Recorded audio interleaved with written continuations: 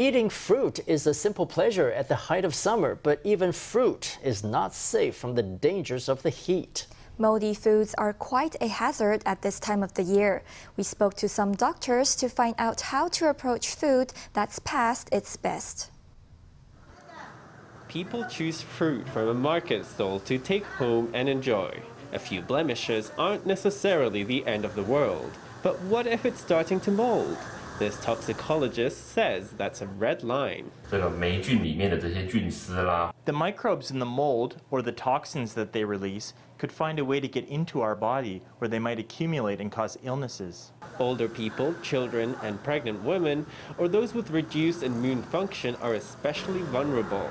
Doctors advise them never to eat foods that are going off.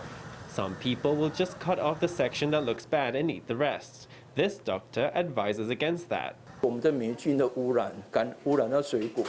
If the mold has infected the fruit, some parts will be obviously moldy and we can cut them off. But there are other parts which are also infected with microbes even though you can't see it, so they will still impact us. So with moldy fruit, I think I'd recommend you throw the whole piece away. Dr. Yan Donghai of Linkou Chang'an Memorial Hospital warns that there's increased risk of liver cancer if you eat moldy nuts or sweet corn.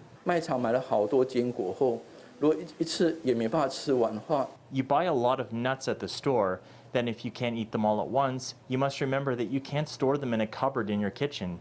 It is warm and damp and they will get easily infected by molds. If you are infected with Aspergillus flavus, it can easily produce aflatoxins, which, as we all know, will affect our liver function in the long run and increase the risk of liver cancer. Doctors say the fridge is the place for storing fruit and it should be eaten as soon as possible. Food that was forgotten at the back of the fridge for months should definitely be abandoned or risk an upset stomach.